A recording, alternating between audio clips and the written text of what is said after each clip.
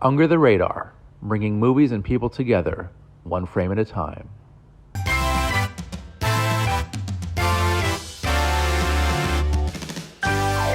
Hey guys, I'm Randy Younger, and this is another episode of Under the Radar, bringing movies and people together, one frame at a time. And with me, as always, I have a great panel. We have Rachel Colvin, Eric Godfrey. Hey guys, welcome back. Hi. And Miss Ivy Lofberg. Hey Ivy.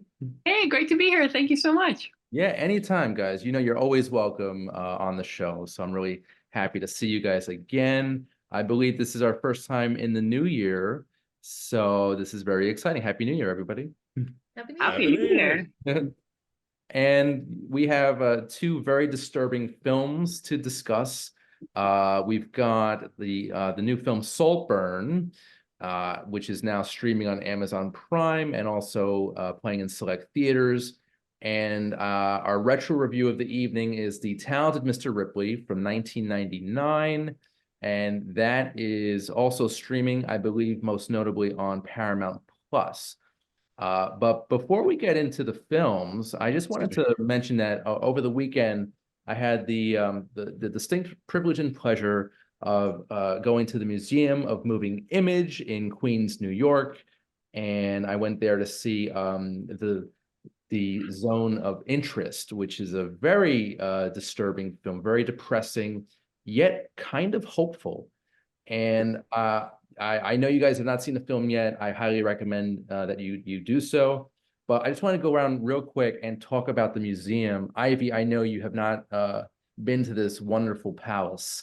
It's basically a church to me. It's a religious experience every time I go. But Rachel and Eric, I believe you've frequented that establishment. Mhm. Yes. We haven't been there recently, but I remember I think the last time we went there, they were doing the Emmett Otter's. Yes. Um, The last time that we went there was at Christmas time a couple years ago. They were doing an anniversary screening of Emmett Otter's Jug Band Christmas. It was really cool to get to see that movie on the big screen and also have that commentary by someone that worked on the film that voiced a character, and then also to get to go and enjoy the Muppets and get to see all of the Muppets exhibit that's there. And that's because I believe that they filmed Sesame Street not too far from the museum at Astoria, Kaufman Astoria Studios. Yep, And that's correct. so it's all connected. They have a very good relationship with that studio. They basically get all their props, all their costumes. And Ivy, this place it's phenomenal. I've been going since I'm about 9 years old. 1994, I remember going, and they had some really cool exhibits back then. They had this booth where you would dub your voice into certain movie scenes, and they really have it's just the history of film and TV, and within the past decade or so, they've included digital media. So, and they do special screenings like you guys mentioned, right. with talent in attendance and Q&As. And it's just a wonderful place. It's just they renovated it in about 2008 to make it a little more space age looking, kind of like looks like the Men in Black headquarters. So, Ivy, please, you must go. Hopefully, we can all go together. I think that'd be a great under the radar field trip. I think that'd be a lot of fun. Yeah, I'd that's be a okay great with that. idea. I Yeah, would totally do that. we'll put a pin in that, and we'll revisit that in the future for sure. But okay, guys, so we've got Saltburn, and this film is really creepy, but I loved it. It's made my top 10 because it's so delightfully weird and just beautifully strange. It's about a young man played by Barry Keoghan. I probably mispronounced that, but yeah, he plays a young college student who gets friendly with this rich hunk who's basically like Mr. Popular at this university, and invites him, Barry Keoghan, to his estate in the English countryside, which is basically a castle. He's super rich. His parents are eccentric. His just his friends and siblings are just nuts as well. And you've got Barry in the middle of this sea of confusion, this sea of like sexual confusion. And you can't take your I couldn't take my eyes off the screen because I didn't know what the hell was going to happen next. It's directed by Emerald Fennell, who did Promising Young Woman, which is a fantastic film as well, also very creepy and disturbing. But I think this film kind of ups the ante a little bit in the weirdness factor. And it's a really special film. I think I'm gonna have to revisit it because I'm sure there's stuff I missed, but fantastic film. First impressions, Rachel. Promising Young Woman was one of, if not my favorite movie the year that it came out. Um, and so I had high expectations into this one. And I will say that it maybe doesn't have the same sort of heart for me that Promising Young Woman did, but I enjoyed it entirely on its own merits. It is just a very different sort of creepy, weird movie coming from Emerald Fennell, which, fun fact, also played Midge in the Barbie movie. Okay. And if you see the opening credits, I believe it's Margot Robbie is actually an executive producer on Saltburn. So a little That's bit funny. of yeah, a little That's bit really, of wonderful women helping women going on there. So I love it. Yeah, yeah. I love that. Yeah, that connection is brilliant for sure. Eric, thoughts on Saltburn? I was a very big fan of it. I really enjoyed Promising Young Woman. And, Hmm. Emerald Fennell, I think she's very talented. I'm glad to see that she was able to follow up with that one with something as interesting and as the debauchery of Yes. Saltburn. And while it might not have the heart, it has plenty of other body parts that it's more than willing to show. Spoiler And free zone. So yeah, yeah, yeah. it's a great little mystery, and I do enjoy watching the pieces slowly come together. And I think I think it's Kagan. Kagan is I Barry think it's Kagan, Barry Hayden? Kagan. who has just Okay. been between this and Banshees and even Internals has just been absolutely delightful to see, and it's like just continuing to be one of the most interesting new actors on scene. And I was a very big fan of watching all the machinations at Saltburn. And now Barry is 31 now, Mhm. and he has already been nominated for a bunch of awards. He's definitely demonstrated his prowess as a great actor. I can't keep my eyes off of his performances. I watched Killing of the Sacred Deer a couple weeks Yeah. back. He was fantastic in that too. Like I don't think I've seen him in like I've seen maybe four of his films now. He's Mhm. always reliable. Like he's Yeah. fantastic. And I cannot wait to see what he's gonna do next because he's become one of my favorite working actors. I Mhm. think so. Kudos to him. Kudos to the rest of the cast, actually. Yeah. Amazing cast. Yeah. Richard E. Grant, Rosamund Pike was Yeah, phenomenal. yeah. Yeah. She's fantastic. Richard E. Grant, yep, Mhm. also fantastic. He did that movie with Melissa McCarthy. Yeah. Can you ever forgive me? Love that. Yep. Yeah, really, really good performance. Ivy, what were your thoughts of the film? Yeah, all good. I also am a huge fan. I haven't seen Promising Young Woman yet, but I'm really looking forward to it.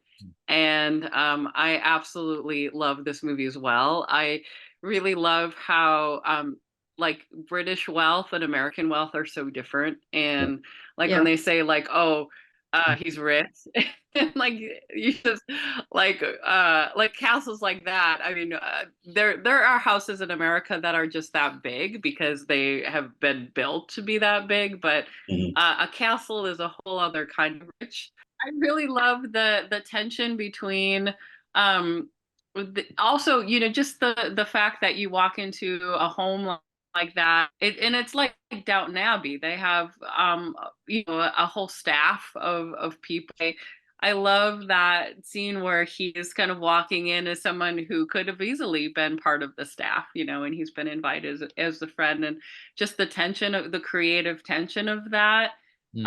is really incredible, you know, and just to watch how the family kind of looks at him like he's, you know, like an interesting toy, almost like Mhm. I really, really love that line of like, oh, you're the one this year, you know, like he always brings a little like poor puppy home, you know. And so I love that just that Emerald has such a gift in really making a thriller out of real dynamics, you know, that are really part of those cultures, and really making them accessible to us. I feel like in ways that like in like period pieces or like Downton Abbey, it's more of drama, but it's actually is very thrilling when Right. you really start to look at the underlying dynamics of those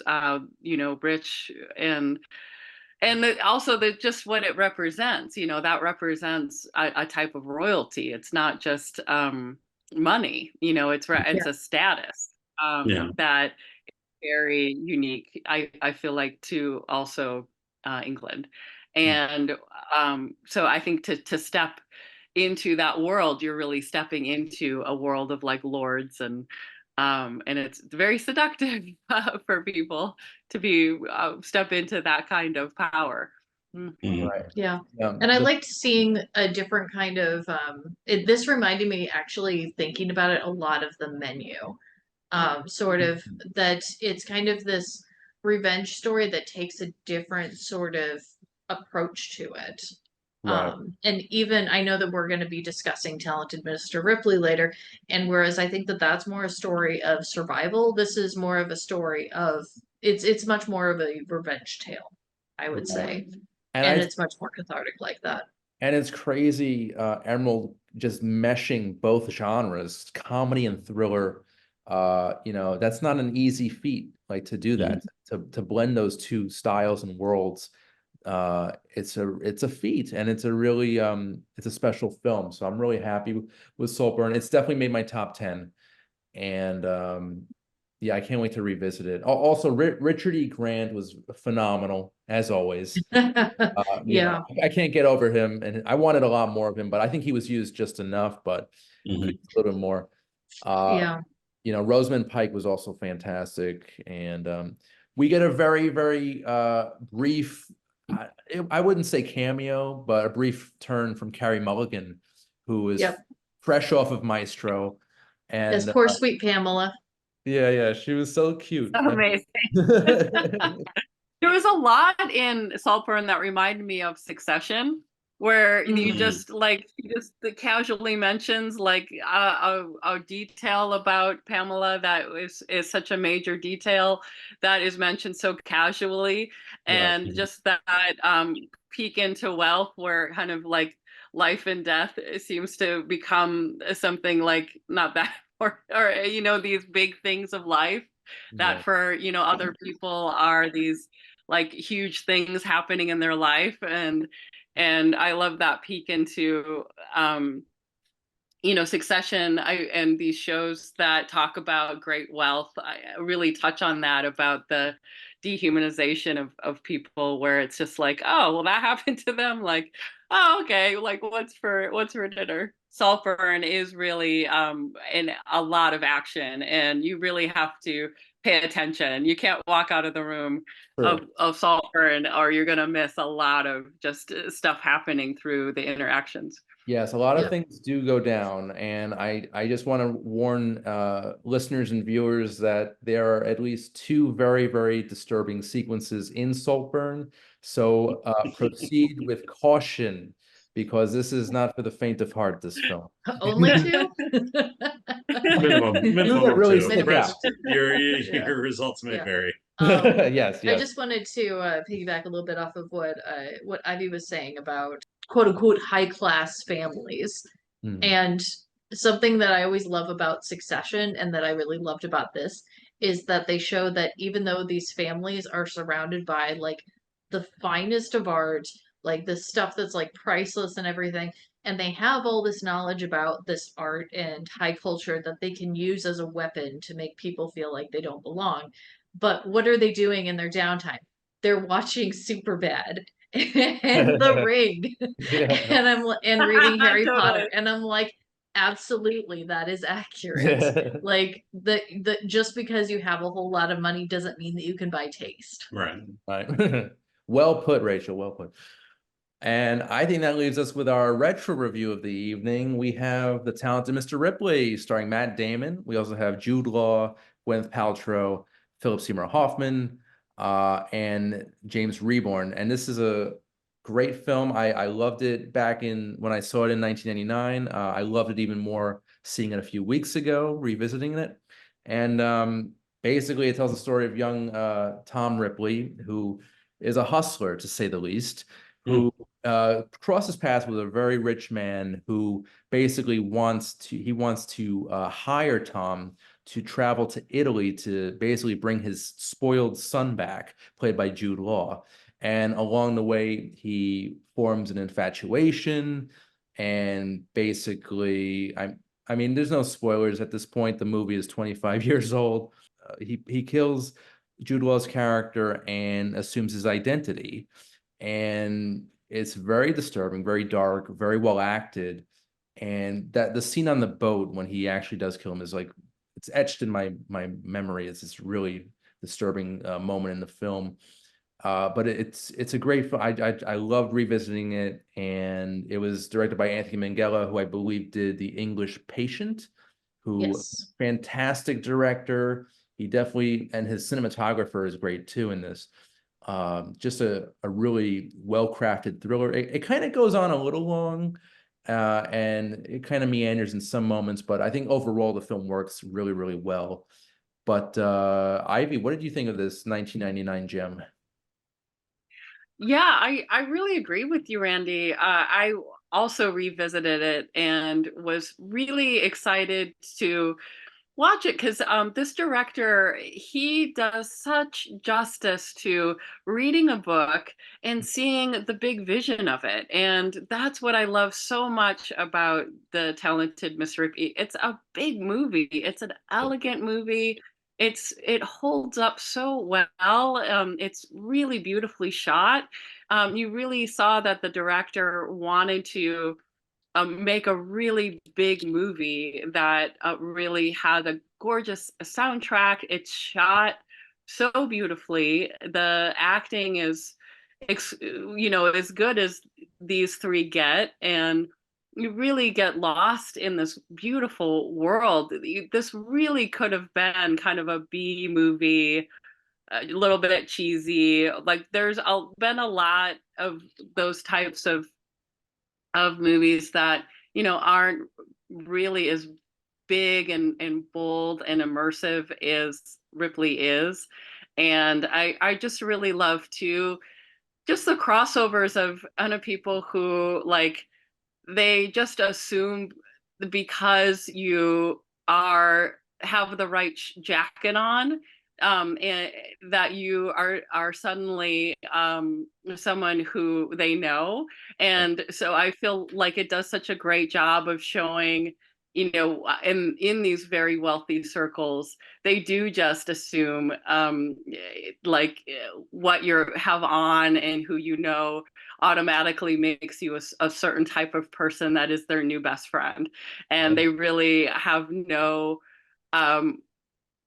awareness of who that person really is, and no real interest in who that person really is. Like in Ripley, he literally tells him who he is. He's like, yeah, I'm great at forging signatures. And then when he says later, like, oh, write your signature out, he doesn't even think like, wow, this guy could forge my signature. It's just, oh yeah, he went to my school and he knows my dad, so everything is fine and fun. And I think it just shows how vulnerable they actually are. I think Not as victims. I'm not saying that they're victims. I'm just saying that in terms of that being kind of like spoiled. So you just get very lazy about the real world, and you can become very vulnerable to people that aren't what you have. Yeah, because it's like, what's the thing that Dickie says to Tom in the big pivotal moment? He keeps saying, "You're boring," and it's like it's because he hasn't been listening to what Tom has been telling him. Huh? What does Tom do? He forges signatures and imitates people's voices and everything. It's like because of the fact that he he is a lazy person. He Mhm. does not listen to what people around him are telling him. Yeah. Yeah, and also Ivy, I want to just respond to what you said. This could have easily been a B movie, but I think through the direction and the performances, it elevated it to A status. And the three of them work beautifully together. This is one of the few Matt Damon films that I actually really enjoy because of his performance. I don't think he's the greatest actor. He's a competent actor. He's never really wowed me, but this film it borders on wow. And it was great just revisiting this classic. I love Jude Law as well. Gwyneth Paltrow is good too. Um, this movie is, I think it's aging like a fine wine for sure. Yeah, So and I agree. Go ahead. if I could just call out the performance also of Jack Davenport, oh who yeah. has a fairly small role in the movie as Peter, but I feel like is ultimately the heart of this movie and just breaks my heart, Yep. knowing where it goes, but Yeah. just really wonderful. His final scene in the last moments of the film were yeah, it is. I'm gonna quote you as it is heartbreaking. And Yeah. I wanted to see more of that relationship, but he's like So did Tom. yeah, well, Tom Tom Ripley is gonna move on to the next rich good looking guy. And that's the cycle. He's a parasite. So It's the it was funny because I was actually comparing it with when we were watching with Rachel to Catch Me If You Can, because it's the person who's constantly just flying by the seat of their pants, and they're always one step ahead, but they're always also just one step away from finally everything crashing down. And yeah. that's what I enjoyed the most, is that very early on there's a lot of easy comparisons to make between it and Saltburn, especially with the obsession with class and wealth, and how much that drives both Barry Kagan and Matt Damon's character, then Ripley, is their obsession with both of them. But what I appreciate is where Saltburn, where Ripley turns into much more of a mystery thriller about here you have a horrible person in the form of Tom Ripley, and you're weirdly rooting for him to get away with it because he's both being incredibly smart and not smart at the same time. And Right. what's good about Ripley, the movie, is it's a very smart thriller. Yeah. Like, nobody is stupid, which is what's nice. So it's like when he gets away with something, or like how much little lies come back in big ways, or how Mhm. much just little innocuous things that you couldn't plan on. So it's like, so it is watching that cat and mouse. Right. And it's nice to see a movie that isn't insulting, and Right. how it's dealing with this dual identity mystery. Right. And it's also crazy and very rare to see a movie about a guy who's basically a hero and a villain at the same Yeah. time. That does not happen often. And No. kudos to the writing team, the direction of Anthony Minghella. He actually passed away. I just found out a number of years ago. But he left behind some great films. And Yeah, and his son is actually an actor as well, Mhm. okay, Max yeah, Minghella. yeah, Yes. I know the name. Where is he from? He's on one of his biggest ones right now. He's on Handmaid's Tale. He's one of the main He side plays Nick. characters. Yeah, Nick, Yeah. the eye, who is very much a love interest of June, for especially the first two seasons. I thought what was really interesting too is I felt like with Mr. Ripley, like I never felt like I got to know who he was as a person, as an individual. And I think it was because he wasn't. I think he had no personality. I think he just, like you said, I think he was just parasitic, and I think that he was just about one thing. And that I thought was really interesting about Saltburn is I really felt like he had a personality. I felt like as the movie went through, I felt like I was getting to know this character, as an individual person. And I thought that was kind of an interesting. I think it's more just that they were different characters. Also, I wonder if it was a bit about an American story and an English story as well, I think because, so. you know, we're talking about really old wealth, you know, and all of these relationships between wealth and class have been going on for centuries there, you know, and I like Mr. Ripley, it's like, you know, all of this is quite new wealth, and we're like, wow, how can I get my hands on that kind of status, and just only caring about that status. And I think this was in Saltburn, it wasn't just about status. It was about it was about a lot of things that have been going on for centuries and centuries. And Well, those, I think what I like about the about Tom Ripley Mm. is that he doesn't know who he is. Like the reason why it's very clear that he's lost himself in all the lies and Mhm. all the personality with between him and Dickie. He doesn't know where one begins and the other ends. And you Yeah. see those little moments, whether it's in the letter, whether it's in the little where he tries to tell someone the truth to see how they're going to react before whether he keeps going or pulls back. And so I think that's the conundrum of Tom Ripley is that he's lost himself. Yeah. the, And Yeah. it's also that he fits so well into the idea of the American underdog. Yeah. The idea of the guy that starts from the bottom, and just so long as he keeps on hustling, even if he has to lie a little bit, even if he has to fudge a little bit, then you know he'll make sure that those lies he's telling end Yep. up coming true. One way or another. It actually reminded me a lot of a very dark version of how to succeed in business without really trying.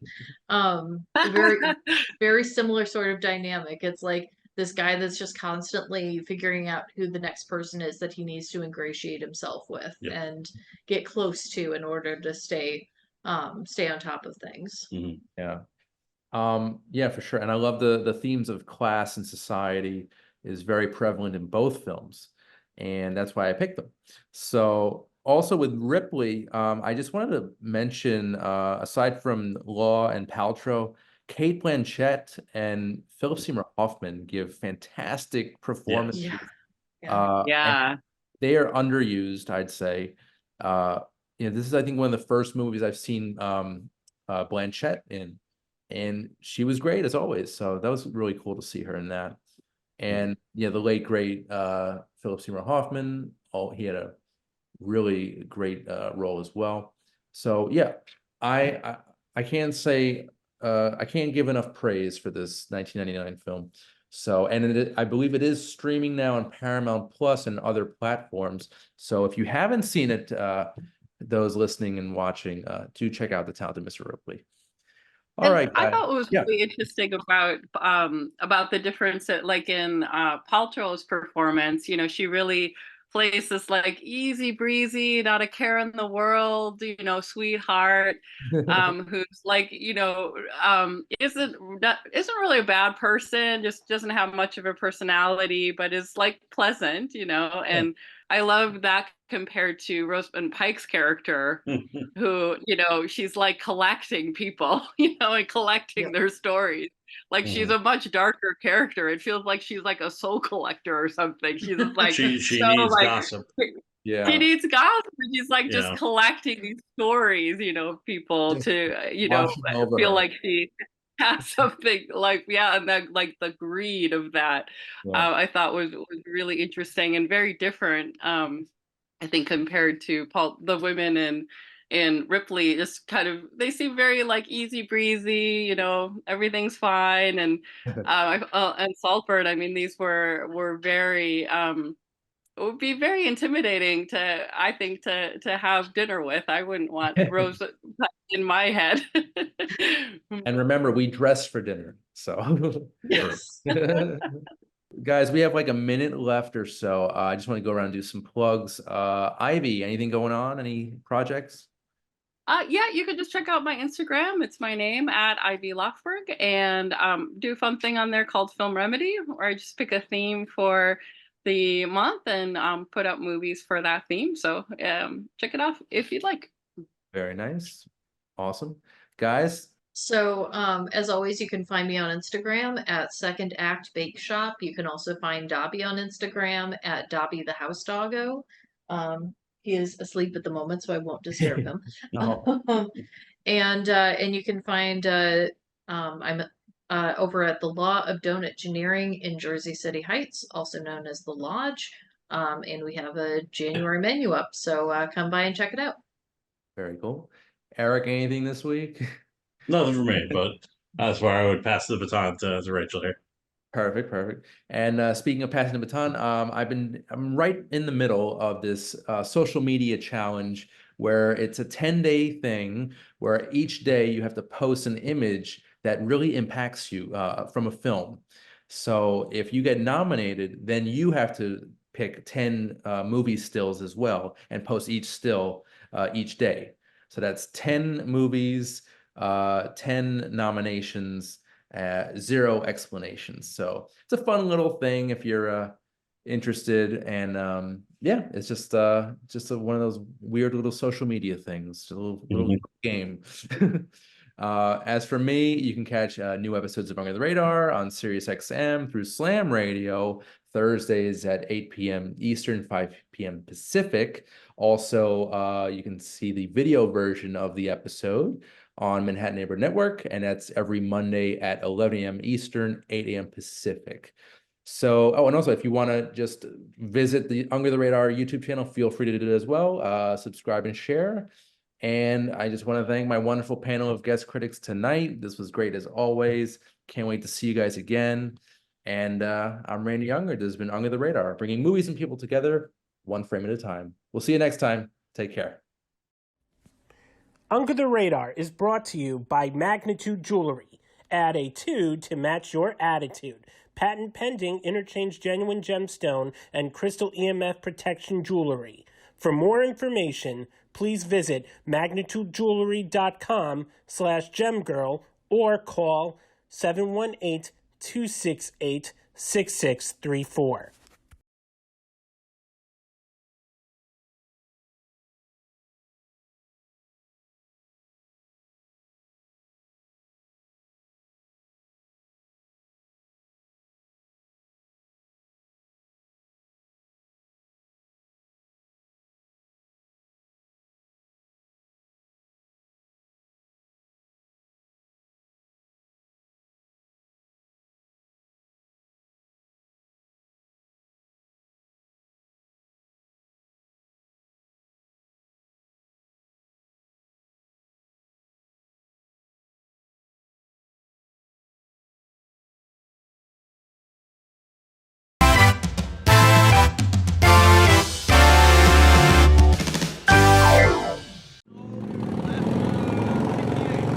You're Gloria Steinem.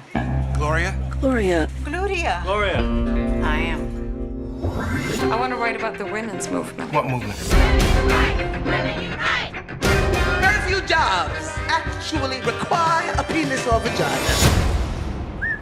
Well, all the magazine people said don't do a lesbian story in the first issue, so I feel like we need to do a lesbian story.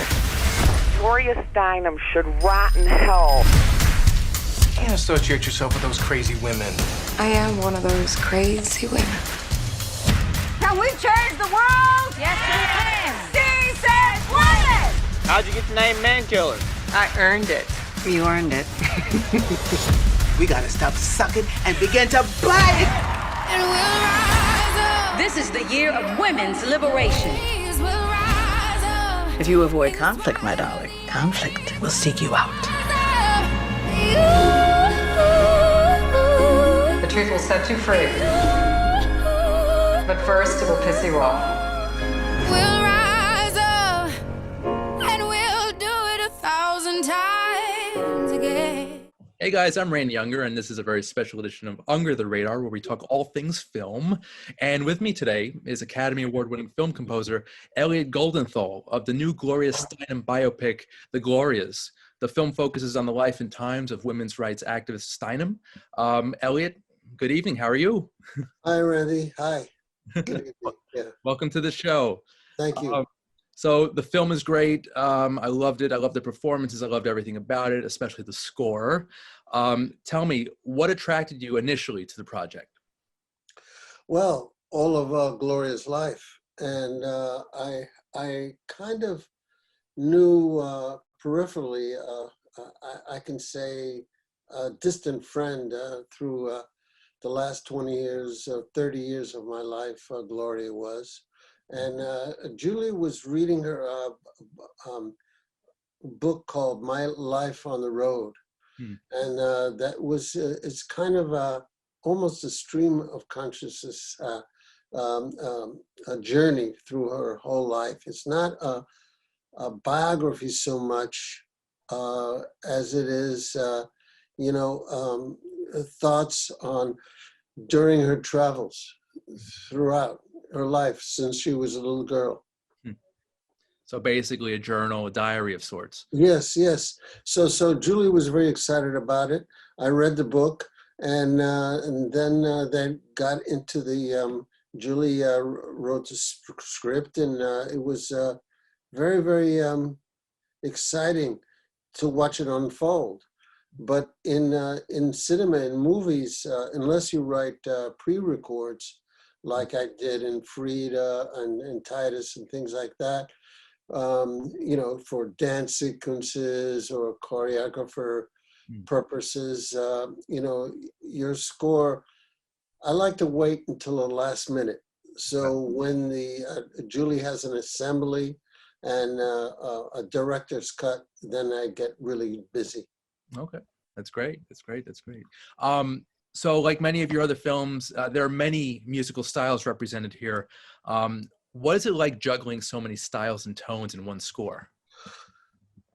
It doesn't feel difficult as long as I find a constant.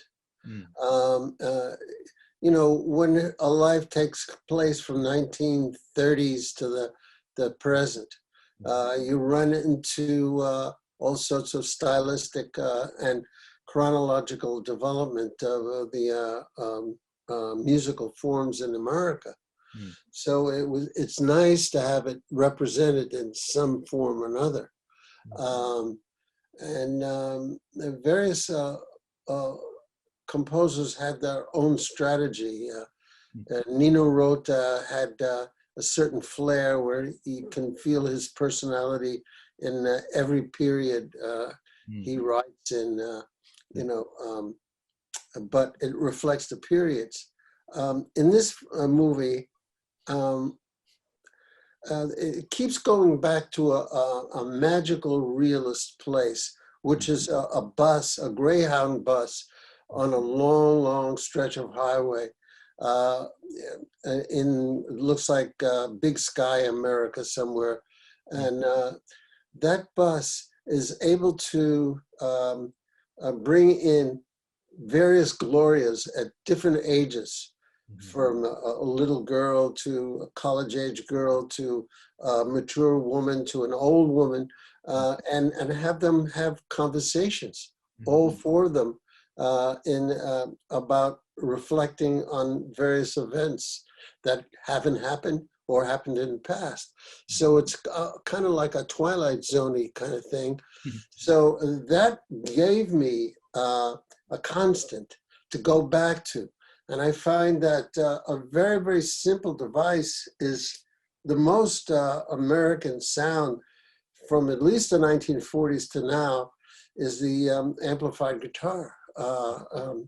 We heard it in early jazz records during the 1930s with a gentleman named Charlie Christian, up and through the rock and roll era, and etc. So that something about a Greyhound bus and a long highway, I can't, separate it from the amplified guitar, long, lyrical chords, So the bus is basically the theme or the driving force of the film, it seems, and definitely the score. It turns up throughout the movie, and that's very helpful to me because this way I can have the sonority, the sounds that are used on the bus, guitar, harmonium, accordion, hammered dulcimer, glass harmonica. All those things can be weaved into other chronological events in the movie from the 30s to the present. So how easy or how difficult is it to connect the music to the visual? Well, let me back up a bit in saying that it's always good to have motivic material that's whatever form it is, whatever it sounds like. It's based on a tight little structure. The best thing in all times was Beethoven's Fifth. Sure. He create that little kernel of musical idea he created a universe where you think it's not there, it's there. At the end of the movie, the end of his symphony, you hear bum bum beam ba ba ba ba ba ba da da da da da da da da. There it is. You know, you wouldn't recognize it, but it's all over the place. Right. And I try to aspire to do similar things in a movie where I find a theme that gets manipulated and through modified repetitions and variations throughout the movie. It takes one into a more cogent space. Okay, interesting. Okay, wow. I hope you. That's a lot. This is good though. I like that. I know. Good answer. Good answer. Goldenthal lectures. Yes. Sorry. Talk to me a little bit about your working relationship with Julie. Yeah, it's not unlike every other director I work with on multiple projects. For example, Neil Jordan and I worked on 5 movies. Michael Mann, 2 movies. The late Joel Schumacher was 3 movies. And you know, when you get a dialogue, the element of trust is very important. Right. But I can't overstate that every movie is a clean slate. Everything is completely different. All the formulae that you might have had for former projects is thrown out the window, and you have to start from scratch. Right. That's where it's the same. You know, Julie and I lived together for years and years. So the element of having one's roommate or one's husband or wife, you know, in quotient there, creates the opportunity to, in a relaxed manner, to discuss the project, you know, 24 hours a day if necessary. But it still comes down to Julie or another director has to hear what I'm doing, react to that, and it's the same process of collaboration, negotiation we have with every project. So how important is collaboration and teamwork for you for the creative process? In film, it's essential because in a movie, it's a director's vehicle. But the word collaboration is a very funny word because it obviously you collaborate with the director. However, there's performances on the screen. So you collaborate or interact with, let's say, Helen Mirren or Tony Hopkins or whatever, you know, and you see the actors' thoughts through their eyes, and they kind of invite you in to the type of music that either enhance a scene or repel you and distract. So it's that's a collaboration. Another collaboration is with Julie and or any director works with an editor, and the speed of the cuts of the edits and the environments, the set dressing, and all of these collaborative elements inform me, and I really love that. You know, as opposed to writing symphonies or string quartets or whatever. You don't have anything to hang your hat on. I'm curious, were there any challenges in writing the score for the Glorias? Yes, I mentioned that, and that was trying to find a unifying musical imperative when you're going through so many periods of time. Okay. So that was, you'd say, the main challenge. Yes, yes. In the past, some movies remained the same, like it's 1990 or 2000, whatever. And some movies changed, like Interview with the Vampire, had many periods. Right. And for 500 years of time.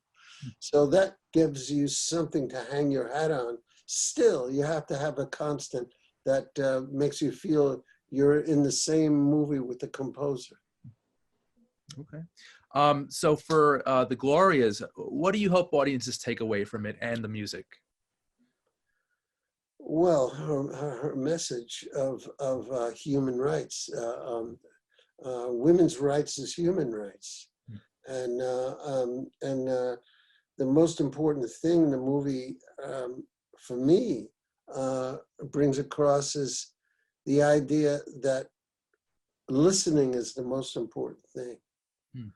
You have to, just sit down with a host of people you are either in conflict or on harmony with, but you have to listen. You have to take it in. And also the notion that she says, we are all linked in this world, not ranked. Linked, not ranked. Okay. So you've had obviously a very long and illustrious career. Who are some of your musical influences? Well, Randy, I was lucky enough to grow up, through the, it was a teenager in the late '60s. So I went to Woodstock. So, I was exposed to all those groups, all those various stylistic approaches to rock, for example. And I grew up, was lucky enough to grow up in Brooklyn, New York, where a short subway ride gets me to hear Miles Davis, Dizzy Gillespie, and John Coltrane, and Mingus, and also gets me to the New York Philharmonic, gets me to the ballet,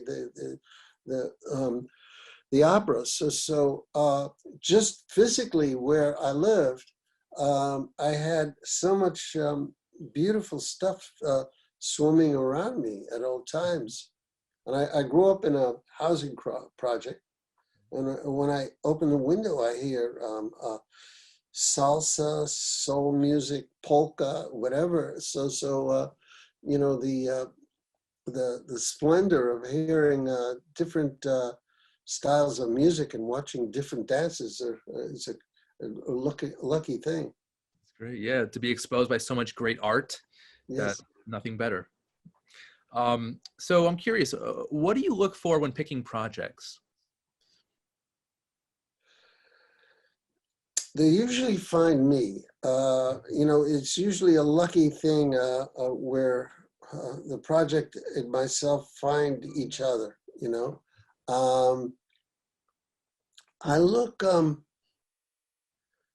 for the intent and the aspiration of the director usually. If I have a feeling that the director is really passionate about the work and the project, there's a beautiful, clean motivation there. It's not just monetary or just a number of likes, so to speak. It's a aspirational connection. Right. Like a personal desire to get this done. No, but personal desire to have the subject matter be illuminated. Definitely. That's true art. Yeah.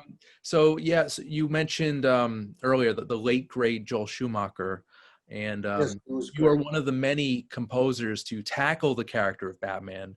I'm curious, what was it like working on those two films?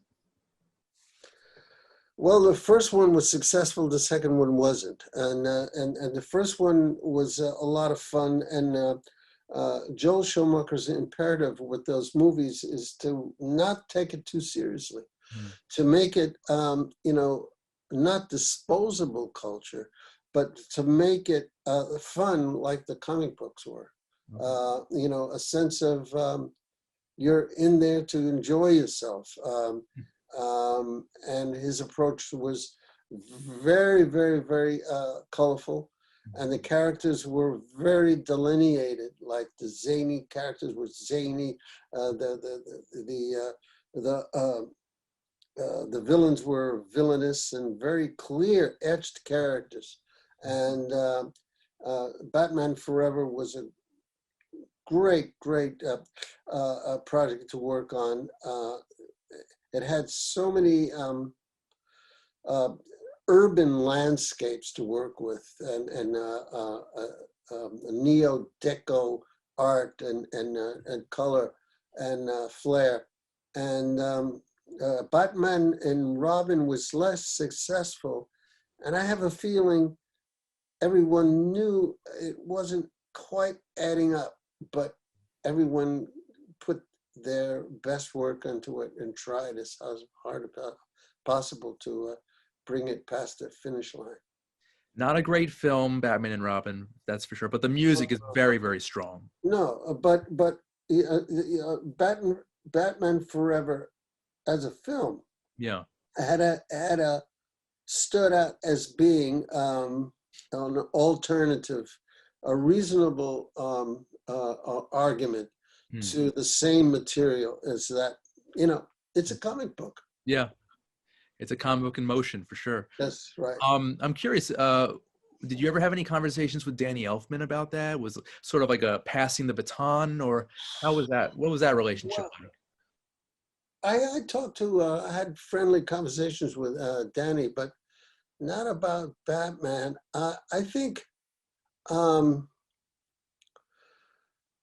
there was a new Batman, there was new Batmobile. I think Warner Brothers wanted from Danny and me to have big orchestral scores. And sometimes both of us were influenced by late 19th century orchestral composers like Wagner, in the sense of brass, boldness, very dramatic, and in a sense almost operatic in that sense. And also without, when I got the okay to do the movie, I didn't go back and listen to Danny's scores. I enjoyed them when I heard them originally, but in retrospect, the similarity is that the large orchestral approach, and also because of the zany characters in that, we both had a chance to expand our repertoire with comic material, comic composing. That's great. That's great. I love to hear that. Anecdotes from some classic films there. And another classic film, well, at least in my opinion, I wanted to ask you what it was like working on 1993's Demolition Man. You'd consider that? I mean, it's a fun movie going back, I enjoyed reading the script and I enjoyed working on it. It's a similar situation as in Batman, in the sense that it had opportunity to work on a big score with a lot of a comedy in between. And then I had a futuristic element also. And that was an interesting part of my career, because right after that, I remember doing Heat, which is where a very challenging score to work with Michael Mann, who is very, very particular and very fastidious in the way he works. And before that, you know, I worked on a little movie called Drugstore Cowboy, what gave me the opportunity to be kind of surrealistic and a kind of a less